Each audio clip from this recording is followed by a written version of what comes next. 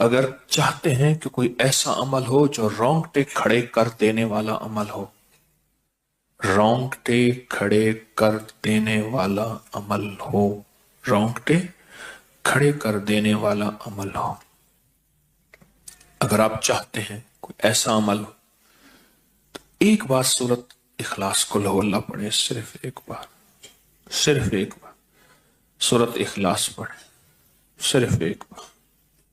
اور جب پہنچے نا اللہ الصمد قل هو اللہ احد اللہ الصمد.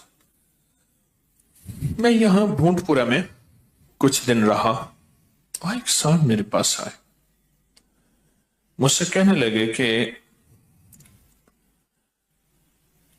میرے اوپر کسی نے ایک ایسا کالا جن اور ایسا خطرناک جن مسلط کیا ہے کہ جو میں آنکھوں سے دیکھتا ہوں اور میری بیوی آنکھوں دیکھتی ہے، بچوں کو نظر نہیں آتا، کوئی گھر میں آئے اس کو نظر نہیں آتا، میں آنکھوں میں دیکھتا ہوں. کہنے لگا ایسے دیوار کے اندر چلا جاتا ہے، پھر دیوار سے باہر نکل آتا ہے، چھت کے اندر جاتا ہے اور چھت پھٹتی محسوس ہوتی ہے، ہم ڈر کے بعض اوقات ہٹ جاتے ہیں کہ چھت پھٹی ہے گر نہ جائے، پھر وہ مل جاتی ہے، پھر ایسے چلا جاتا ہے. وہ کالا جن ایسے چلا جاتا ہے، ایسے آ جاتا ہے. کہا کہ اسے کسی نے ہمارے اوپر مسلط کیا ہے، مسلط کیا ہے. ان کے کچھ مسائل تھے، کوئی آپس میں مسلط کیے اور کہا کہ وہ جن ایسا ہے ہمیں عبادت نہیں کرنے دیتا، تسبیح نہیں کرنے دیتا، وظیفے نہیں کرنے دیتا، اعمال نہیں کرنے دیتا، ہمارا منہ بند کرتا ہے. مجھے آج بھی اس بندے کے الفاظ یاد ہیں. دو اس کے ساتھ بوڑھی خواتین تھیں، ایک بہن تھی ایک بیوی تھی، بیچارہ حالات کا ستایا مارا ہوا، کچھ 60 65 کے 70 کے قریب اس کی عمر تھی. کہنے لگا کہ جب میں قل ہو اللہ پڑھتا ہوں تو اس کی گرفت ڈھیلی پڑ جاتی ہے، اور جب میں پڑھتا ہوں نا اللہ الصمد، تو کہا کہ اللہ الصمد پڑھتے ہی وہ ایک دم دور ہو جاتا ہے، ایسے جیسے کسی چیز کو کوئی دھکا دے اور وہ چیز دھکے سے ایک دم دور ہو جائے. اللہ الصمد، ایک دم وہ دھکے سے ایک دم کوئی دور ہو جائے. کہا کہ ایسے ہی ہوتا ہے اللہ الصمد. اور کہا کہ بس یہی وظیفہ جو ہے، کہا کہ مجھے مفید ہوا ہے، موافق ہوا ہے یہی وظیفہ. اور کہا کہ بس اب میں صرف یہی وظیفہ پڑھتا ہوں، یہی وظیفہ پڑھتا ہوں. مجھ سے کہنے لگا آپ مجھے کوئی وظیفہ بھی دیں گے نہیں پڑھنے دیں گے، یہی اگر اجازت دے دیں. تو میں نے کہا اس سے بڑھ کے اسم اعظم کون سا ہے، اس سے بڑھ کے پرتاثیر چیز کون سی ہے؟ میں آپ کو یہی وظیفہ دے دیتا ہوں، آپ اسی وظیفے کو پڑھیں. پھر میں نے اس کو ایک ترکیب بتائی، آپ کو ہی بتاتا ہوں، شاید میں زندگی میں پہلی دفعہ بتا رہا ہوں یا پہلے بتائی ہوگی، جہاں تک میری یادداشت ہے پہلی دفعہ بتا رہا ہوں. یہ نہیں کہ چھپاتا ہوں، دعویٰ تو پھر بھی نہیں کر سکتا، بھول جاتا ہوں پھر یاد آتی ہے بازو کا. اب وہ چیز آپ کو عرض کر رہا ہوں. میں نے اسے کہا صرف ایک دفعہ سورۃ اخلاص پڑھ، اول آخر 3 دفعہ درود شریف. رونگٹے کھڑے کر دینے والا عمل، اس کا نام جو میں نے سال سے رکھا ہے رونگٹے کھڑے کر دینے والا عمل. حدیث میں آتا ہے، مفہوم ہے کہ جب بندے کی اضطراری کیفیت ہوتی ہے، بے چین بے قرار پریشان ہوتا ہے، مضطر، اس وقت عرش الہی ایک دم میں حرکت میں آتا ہے، رحمت متوجہ ہوتی ہے اور اللہ کا عرش ہل جاتا ہے. رونگٹے کھڑے کر دینے والا عمل، ایسا عمل جس میں انسان جو ہے بس ایک پل میں ایسے بے چین بے قرار ہو. اس کی ترکیب یہ ہے کہ حوالہ کر درود پاک 3 بار، ایک دفعہ سورۃ اخلاص پڑھیں، اور پڑھ کے جب اللہ الصمد پہ پہنچے نا تو اس کو ہلکا ہلکا دل میں دہرائیں، اللہ الصمد اللہ الصمد، دہرائیں، توجہ سے دہراتے جائیں، دہراتے جائیں، دہراتے جائیں. پہلے الفاظ آتے ہیں اور سے سنیے گا، پہلے الفاظ آتے ہیں، پھر کیفیات آتی، پہلے الفاظ آتے ہیں پھر کیفیات آتی ہے، پہلے الفاظ آتے ہیں، انسان پہلے الفاظ سے، بچہ نا، اسی بچے کو آپ ایسے لوگوں میں، بچے کو ایسے لوگوں کے ساتھ پلنے کے لیے جو بول نہیں سکتے، بچہ کبھی نہیں بولے گا، ہوں کہاں کرے گا، کرے گا، بول نہیں سکے گا، کیونکہ بچہ الفاظ چنتا ہے پھر وہ الفاظ بولتا ہے، پہلے الفاظ ہوتے ہیں۔ کسی نے پوچھا، حضرت میرا دل ذکر نہیں کرتا، بس زبان سے کرتا ہوں۔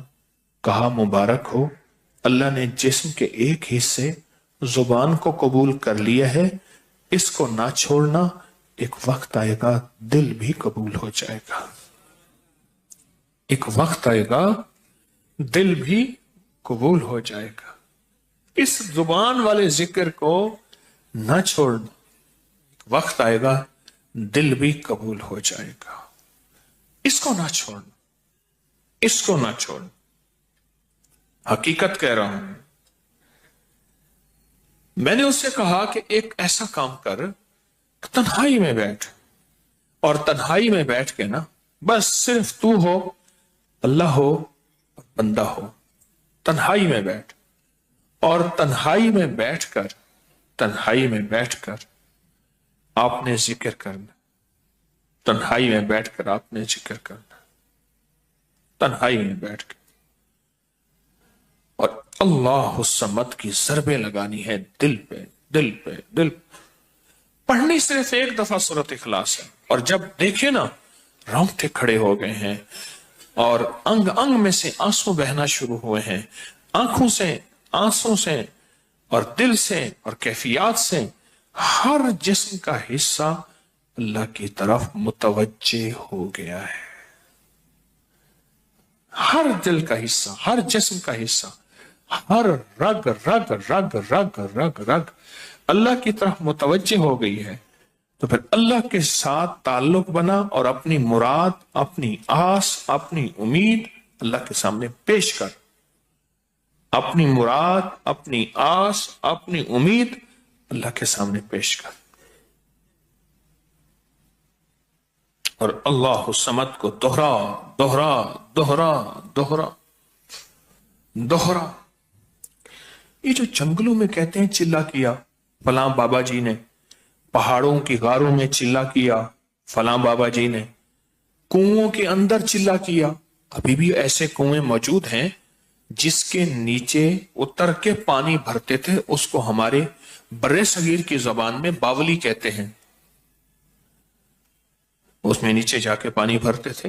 میں نے بخارا کے اندر دیکھا، اور کئی جگہ دیکھا، ٹھٹھا میں بھی ابھی وہ ہیں، ٹھٹھا میں لیکن خشک ہو چکے ہیں، نیچے جا کے پانی بھرنا، ان کنووں کی گہرائیوں میں جا کے، تنہائیوں میں بیٹھ کے، خشک کنووں میں اللہ الصمد اور ذکر، اس کی وجہ اندر تنہائیوں میں۔ یا پھر کیا کیا، کہا کہ روئی کو تھوڑا سا گیلا کر، اور پیسی ہوئی کالی مرچیں اس میں ملا، اور کانوں میں ڈال کہ کوئی آواز کانوں تک نہ پہنچے۔ میری اماں رحمت اللہ علیہ کے پاس طوطا تھا، تو اس طوطے کو کلمہ پڑھاتی تھی، رات کو پڑھا پڑھا کے نا اس کے کانوں پہ موم لگا دیتی تھی، میں نے خود دیکھا، کانوں پہ موم لگا دیتی تھی کہ ساری رات اس کے کانوں میں، ساری رات اس کے کانوں میں اور کوئی آواز نہ جائے، جاگ رہے، اور کوئی آواز نہ جائے۔ اچھا ایسا کرتے رہے کرتے رہے، میں نے خود دیکھا کچھ عرصے کے بعد اس نے کلمہ پڑھنا شروع کر دی۔ ایسے ہی ہم اگر مشق کر لیں، جانور کی مشق ہو جائے تو اس کو کلمہ زبان پہ آ جاتا ہے۔ اگر ہم کبھی بھی کسی جنگل ویرانے میں، کبھی گھر کی تنہائیوں میں، کبھی کہیں بھی ایک دفعہ سورۃ قل ہو اللہ پڑھیں، اور ایک دفعہ سورۃ اخلاص پڑھیں، اور ایک دفعہ سورۃ اخلاص پڑھیں، لیکن اللہ الصمد کو بہت زیادہ دوہرائیں۔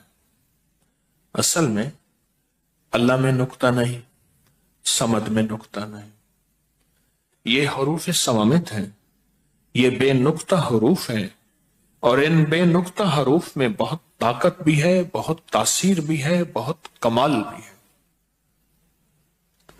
اللہم اغفر لی ولوالدی وللمؤمنین والمؤمنات والمسلمین والمسلمات۔ اب اس وظیفے کو اٹھائیں، اس میں ذرا چنیں کہ بے نقطہ حروف کتنے ہیں۔ آپ کو حیرت ہوگی، اور آپ کو حیرت ہوگی کہ اچھا یہ کیا ہے۔ جو طبیب کامل ہو جاتا ہے نا، یاد رکھیے گا، جو حکیم پختہ کار ہو جاتا ہے، جو ڈاکٹر پختہ ہو جاتا ہے، وہ کسی کا نسخہ دیکھتے ہی نا ایک پل میں دوائیں دیکھتا ہے اور دوائیں پڑھتا ہے، کہتے بس اس میں تھوڑی سی تبدیلی کر دیں باقی ٹھیک ہے، یا کہتے ہیں نہیں تبدیل نہ کریں یہی ٹھیک ہے۔ اسے پتا ہے یہ اس جسم کے مطابق، اس بیماری کے مطابق یہ عین صحت ہے، عین تندرستی ہے۔ اسی طرح جو وظائف کی دنیا کا بندہ ہوتا ہے اور اس کو وظائف کی دنیا میں پختگی مل جائے تو وہ بھی ایک پل میں وظیفے کے اندر کی طاقت دیکھتا ہے کہ اس میں حروف عطشی کتنے ہیں، خاکی کتنے ہیں، آبی کتنے ہیں، بادی کتنے ہیں، صوامت کتنے ہیں، قمری کتنے ہیں، شمسی کتنے ہیں، اور اس کے اندر وہ حروف کتنے ہیں جو نوری ہیں، وہ کتنے ہیں۔ ایک پل کے اندر اس سے وظیفے کی طاقت اور تاثیر، اور ایک پل کے اندر اس کے کمالات اس کے اندر کھل جاتے ہیں۔ اندیکھا جہان ہے، لاہوت ملکوت کا جہان ہے۔ ایک صحابی حضرت معاذ بن جبل رحمت اللہ رضی اللہ تعالیٰ عنہ، وہ فرماتے ہیں کہ زندگی محدود ہے، علم لا محدود ہے۔ انہی کا فرمان، شاید انہی کا فرمان ہے کہ زندگی محدود ہے، علم لا محدود۔ تو جو علم لا محدود ہے اس کو ہم اپنی عقل سے سمجھنے کی کوشش کریں، اپنے شعور سے سمجھنے کی کوشش کریں، اپنے احساس اور ادراک سے سمجھنے کی کوشش کریں تو نہیں سمجھ سکتے۔ علم ہے ہی لا محدود، اس کی حد نہیں ہے۔ کبھی اگر آپ رونگٹے کھڑے کر دینے والے عمل کو چاہیں نا تو بیٹھ کے اس کی مشق کر لیں۔